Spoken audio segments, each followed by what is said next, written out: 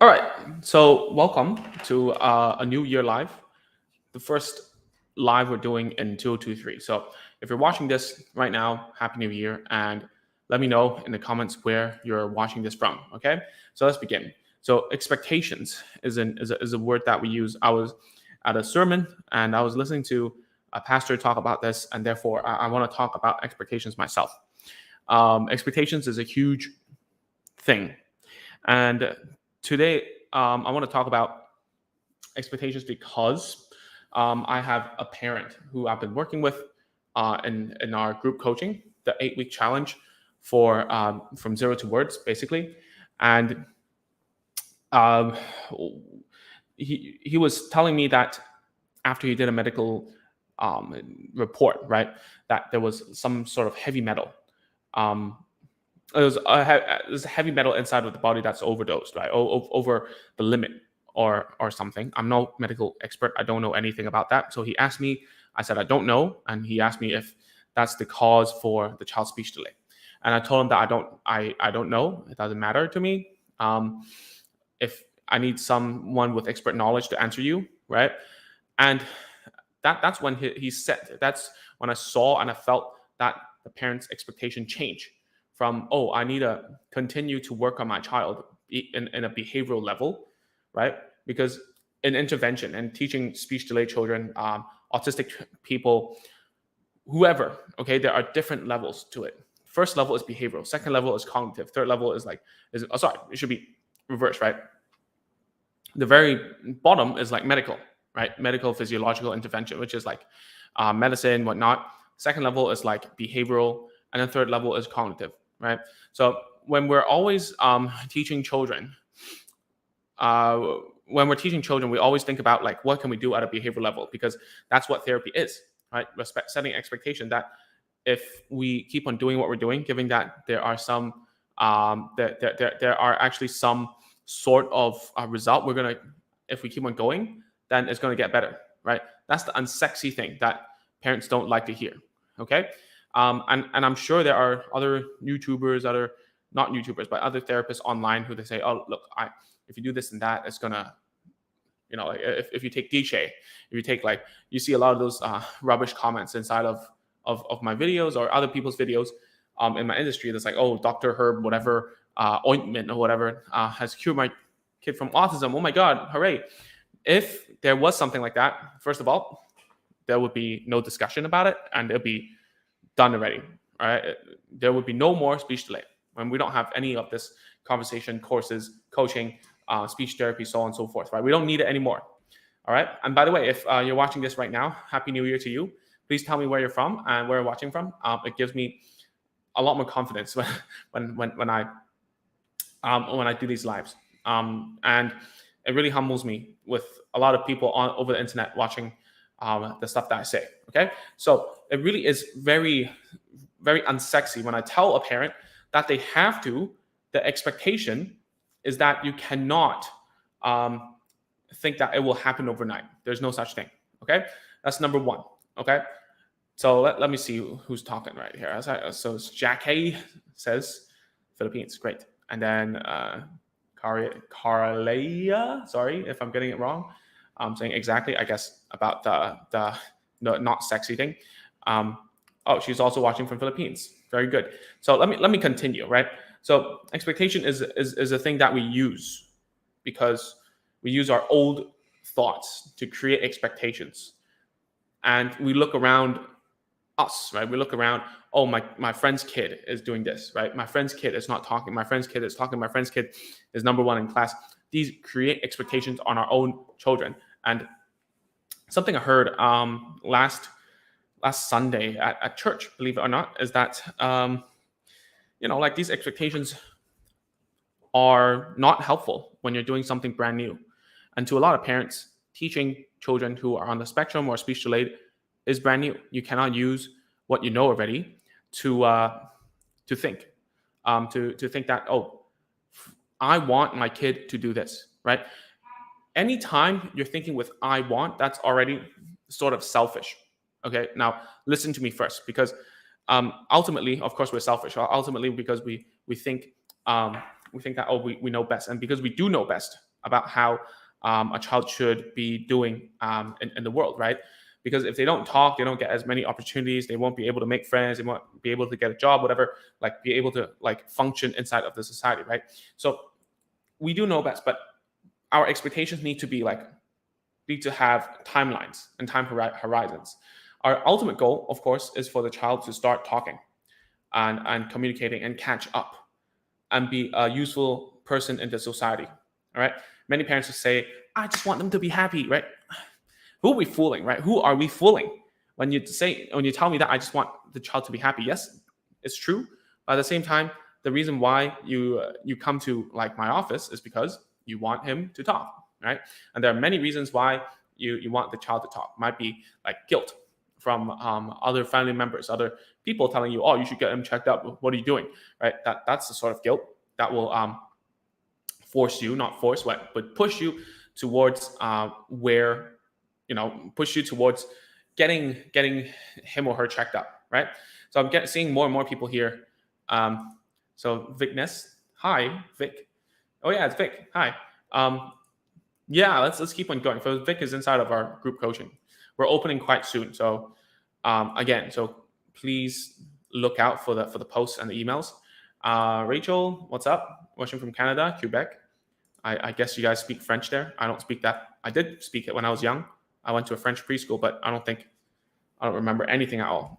Anyways, so I was saying, expectation needs to have a timeline, and because your time horizon is so short, and you think that it's something that is very, how to say, it's very important for you to get it right now. It's very difficult for you to see the granular steps you have to take, and because it's something brand new, you cannot use other things like other people, other parents, other kids as a frame of reference, because your child is your child and your expectation will be different. Your expectation should be no expectation. Okay. Now, when I say no expectation, it's going to blow your mind, or it wouldn't be, because isn't it funny that when you have no expectation of a child, actually they will do better, right? You have no expectation of someone, it removes the stress and it makes it easier to teach and for someone to grow. I know, like, you would know it if you were at a job, but maybe you would say, oh, I strive in a stressful environment. But like, you shouldn't put your own standards onto your kid. So let's talk about the long-term expectations that they're going to catch up. I believe it. That's why I'm in this industry. I truly believe it. Whether how long it takes, I don't care. But ultimately, they're going to catch up and they're going to have a good life and they're going to be able to communicate. They, as in children who are delayed right now, like in any shape, way, or form.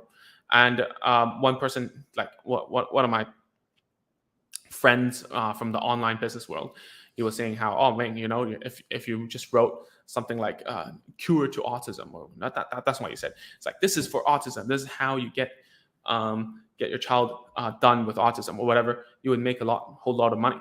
Well, that's true. But at the same time, most of the people who are watching this, you don't know whether a child is on the spectrum or not, because other than in USA, you cannot really get them checked up before 3. And whether your child knows, if your child is on the spectrum or not, shouldn't affect what you're supposed to do with your kid. All right. So long-term expectation, yes, they're going to catch up. They're going to do all these things in the world, and they're going to make you and themselves very happy. All right. How about short-term?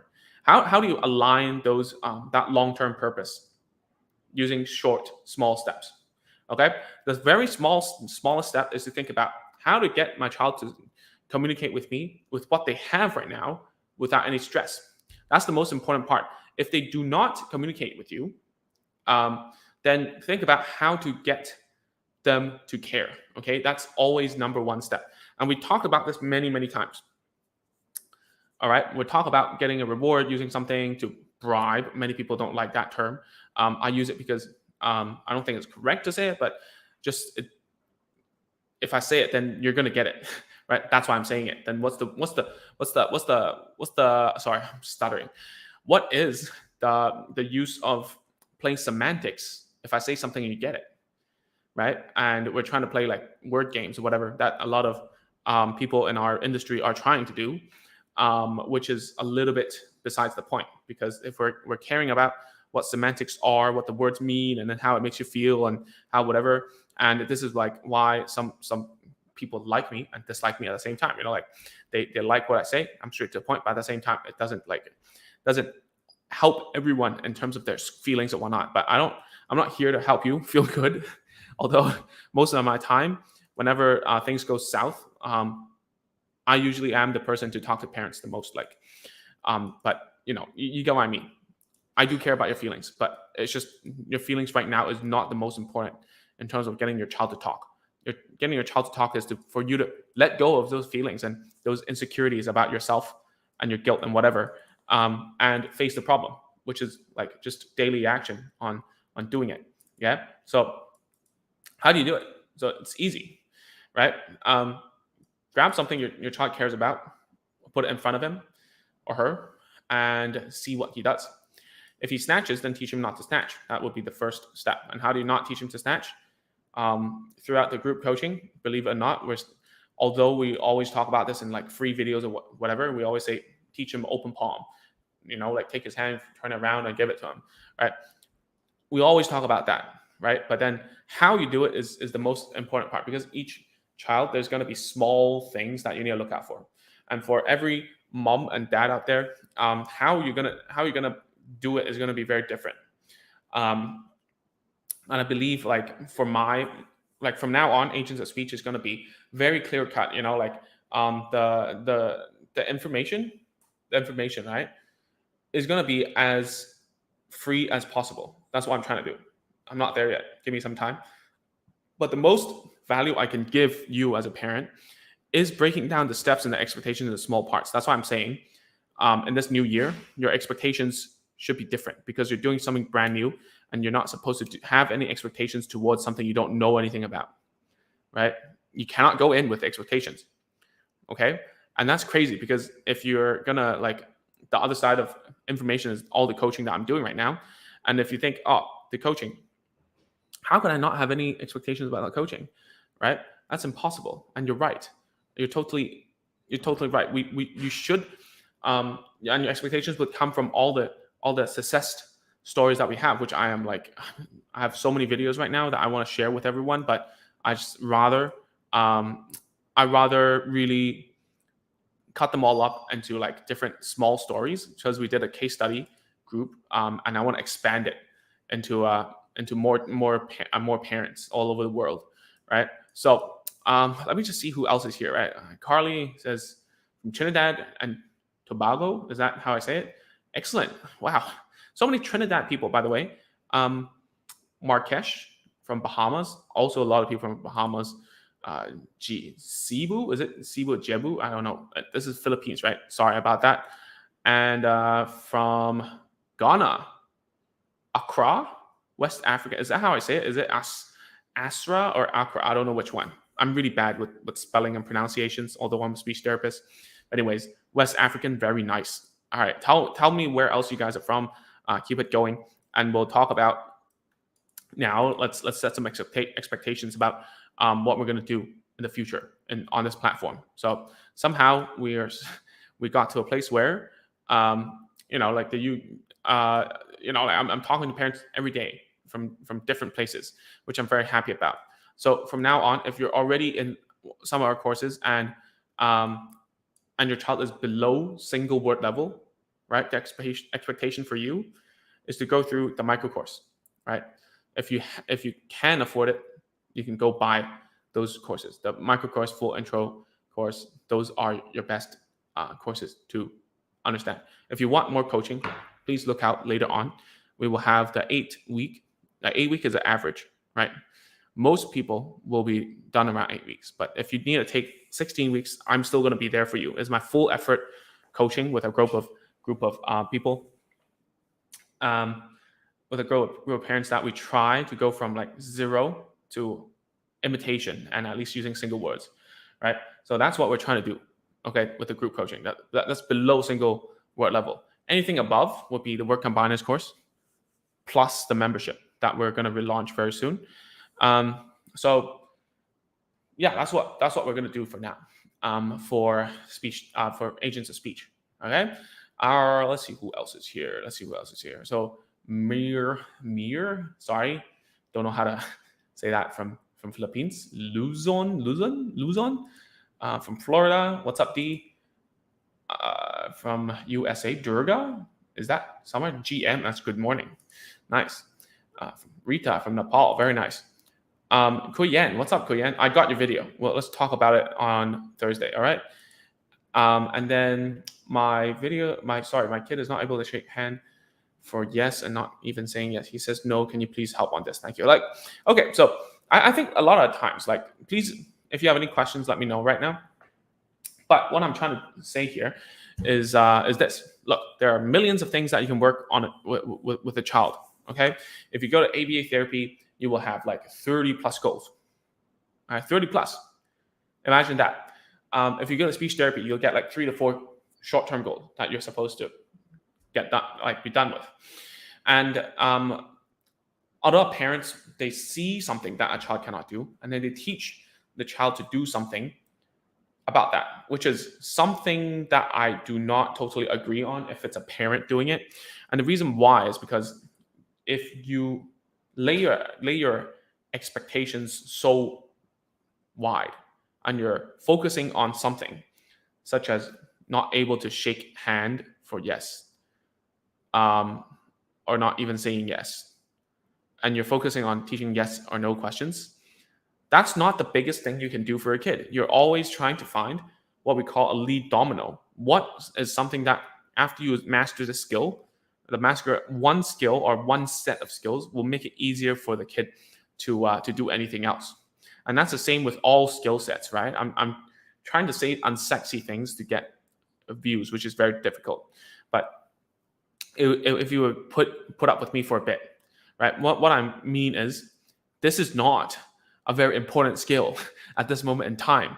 If the child cannot even say the word yes, it means that they don't have that yes function, right? Because if they doesn't say yes, it means yes already. So by saying silent, it means they're accepting that and they don't need it, right? So it's not, you don't have to teach that word. But then he only says no is because he needs to reject you, and therefore he learned to say it. So therefore, your main goal here shouldn't be to teach yes, is to get him to imitate words from you consistently, so that later on, when the opportunity for him saying yes arrives, you can teach him, and you can say yes, and he says yes, good boy, that's right, you said yes, and you give him more than he was supposed to get by saying silent, which is his own way of saying yes, right? So I hope I made it clear, I guess. But anyways, let's keep on going. So Elisa, grandmother, child with speech disorder, has difficulty in articulation, pronunciation of sounds. She's 6 years of age, currently receiving speech therapy. We do not have unreasonable. Okay. For his progress, we have concern that underlying reason he struggles have not been diagnosed. It could be a physical issue. Yeah. So about like don't take me the wrong way when I say like, oh, you all have unrealistic expectations, right? It's never like that. I'm just saying don't have any expectations when you're starting out, okay? But for you, it's very different because he's 6 years of age. You know that he's receiving speech therapy. There must be a bunch of articulation errors and pronunciation, like what you call phonological processes, that are already like you already know about, and you just don't know what the underlying reason is for his struggles, which is fair enough. A lot of us, including like speech therapists, sometimes we cannot find the reason, and we cannot look at where this is, like why this is becoming a concern. So I get why this is very frustrating. And just to tell you, right, today I'm talking to a longtime client of mine that's been like 3 or 4 years now serving the child, and we do it over Zoom. They live in Indonesia, and although I'm in Indonesia now, but anyways, so the child has some sort of speech disorder, whether it's apraxia or not. I've always had doubts. I don't know. And recently they're in USA and they decided to go get a speech therapy assessment. So they do it, come back with a bunch of reports, ask me to look at it. Of course, I don't usually just look at random people's reports. But because they've been a long time client, I'm like, okay, let me take a look. So The errors make sense. It's been the ones that I've been working on anyways, and getting him to have a higher, like what we call speech intelligibility, meaning how clear the speech is at a conversational or at least like at like a word and also at a sentence level. So these two, and then the other thing is like trying to get him to pinpoint some errors for that I'm not going to share here because it's too technical. So the speech therapist there was like, oh, let's do like let's go ENT to check out whether there's anything to do with his vocal folds, right? Anything is it a physical issue, like you were saying, Elisa? So of course it's I find it there's whenever you get a fresh pair of eyes, you see different things. And I did think about this before, but I thought it wasn't gonna be like fruitful. But given this opportunity, I'm thinking like, why not? Why not just go check it out if we've never done anything about it, right? So always be checking, always be thinking about what other like reasons there might be in terms of articulation. And the problem is this: articulation in language is very different, right? In articulation, if you know the underlying reason, we might be able to skew the treatment to help children who have articulation issues better. So, for instance, a kid has a poor tongue coordination, therefore he cannot say certain sounds. So, if I focus my efforts on teaching and enhancing the child's tongue elevation, let's say, like putting the tongue at the top, at the roof of the mouth, right, would help, then that would be a viable and a sensible thing to do, right? Rather than treating just with words or whatever, just sounds. Okay. So at this point in time, that's all I can say, Elisa. I'm not trying to say wrong things here. Like I'm not trying to like tell you that you have unrealistic or unreasonable expectations. But what I'm trying to say is that in your case, you're correct. We must find in articulation therapy underlying reasons about why, and we need to keep on trying and keep on finding the leading domino for speech. What is it? Is it that if we do more like sequencing, would it be better? Getting technical now, is it about like oromotor maybe, which usually it isn't? And like that's the thing. But what I want to tell you here is that speech and language is very different. For language, we don't need to pinpoint the reason why, because there is probably no reason why. There should be it should be impossible for us to find. Like I say impossible, but maybe down the line, maybe 4 or 5 years later, we will find some reasons, and maybe that will help us know about what to do, right? But in the very beginning, very very beginning, we're talking about 0 to like no words to some words, then it's gonna be something that it's gonna be something that we cannot know. Well, what we cannot know, then we shouldn't care mostly about, because that's something that we cannot control, right? So if you get my point there, okay. If you have any questions, please let me know on a continual basis. Okay, so let's see who else is here. So Lilia, what's up from Philippines? CS from USA, Missouri, I guess. Now nice. Lai from Philippines, and Beth from Dubai, right? Just spoke to someone from Dubai today. Very interesting conversation we had about the child hitting the parents, which is very, very, very, very, very common. And we have a whole video about that. Yeah. So Jennifer, hey Jennifer, yet again, from Chicago, nice. Is that how you say it? Kaisis? Is that his name? That's great. Yeah, like update me on how it goes, man. Diane says, hi Ming, my son is 4, going to be 5 this year. He can say out, label, almost everything in single word, but he cannot converse into a long sentence. He can follow and imitate our words immediately too. We're seeing a speech therapist, but it would get good to know from a point of view what is coming. Yeah, sure. So this description is nice. I like it better than like some of the questions here on like Facebook and YouTube. Is like sometimes my son is 2. She's not talking. What do you recommend? Oh man, but this is a lot better. So going converts it into a log sentence.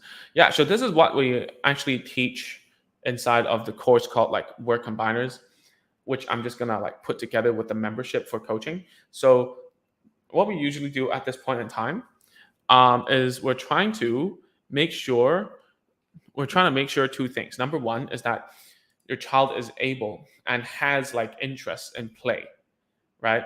And you can do long play sessions with the kid.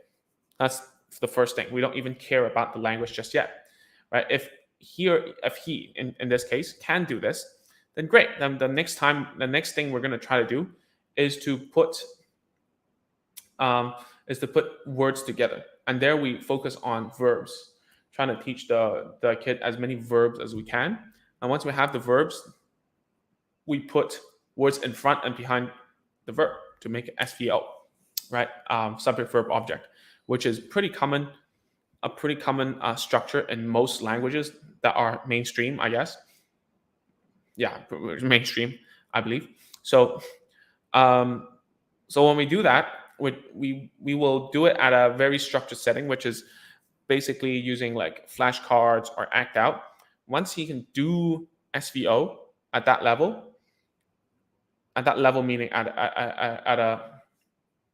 a very structured setting, what we're going to do is going to move all those structures we practice into play, and then we'll try to get the kid to say those words during play. And after that during play, we'll try we can go on to like pretty naturalistic things. So for instance, we can make it into like something pretty naturalistic. We can keep on playing, adding words here and there for him, and whether he imitates or not, that's not the problem, because now we have at least like 3 or 4 words that he will be able to say on his own during play, and that will make it a lot easier. And the next thing would be like teaching him to answer some questions, which are who and where, which is something that is quite important, because like most of the time when I see this Dayang, it means that your kid can mostly just imitate most of the time. All right. Next, Melissa, what's up from Canada? Good morning and Happy New Year as well. Beth says, hi, my son is 5 years old, under speech therapy, talking to top, but he keeps shouting at all times. What does that mean, Beth? What do you mean? Why is he shouting? In what circumstance? And yeah, that's not enough information for me right there. Okay, so I'm gonna end this live pretty soon, in like a few minutes, and I want to say that I'll say this, right? Thank you so much for being such a blessing last year from you guys, and I really think that, like from here on, then it's gonna be like a lot of work for us all, because I believe therapy is moving from like therapy centers into families. Especially like a few Canadian families reached out and they were like, oh man, they're not even seeing me anymore. Like they're just trying to teach me and give me feedback when I interact with my kid, right? So that's kind of the way it is nowadays. So why not you start off early and you do it now? Okay. Okay. So Jennifer says, I don't know who's Lori. Are you filming an eye on detox for autistic children? I do not know. I'm not familiar with that. Maybe you're talking to Lori. I don't know who Lori is. Beth shouting for no reason. Well, I don't know if there's I don't know. Maybe there is a reason. Do you think there's a reason? Is he trying to get your attention? Try to think about what the reason is. If you put him in a room without anyone inside, do you think he'll shout? Yeah, think about that. Why? Is it that he shouts is a sensory thing and is releasing some of the frustrations he has? Like, what is he frustrated about? There must be a reason. When someone does something, it must have a reason. Are you giving him a lot of attention when he screams? Does he scream louder if you don't care? Well, think about those, right? There must be a reason. There is no humans and animals or creatures. Behavior must come with a reason. All right? You must find out. You must find out. You cannot just say there's no reason. Or else there's no way we're going to intervene if there's no reason, right? Okay, cool, guys. Thank you so much for today's live. I know I've been on hiatus, not making any videos at all whatsoever, and yeah, that's pretty much it. There's nothing else I want to talk about as of right now, and I'll see you guys next week when we're back to a more regular video content thingy. All right, so that's all for tonight. If you haven't, please share this, like it, whatever, so that more people can see this. And I'll see you guys next week. All right, bye bye.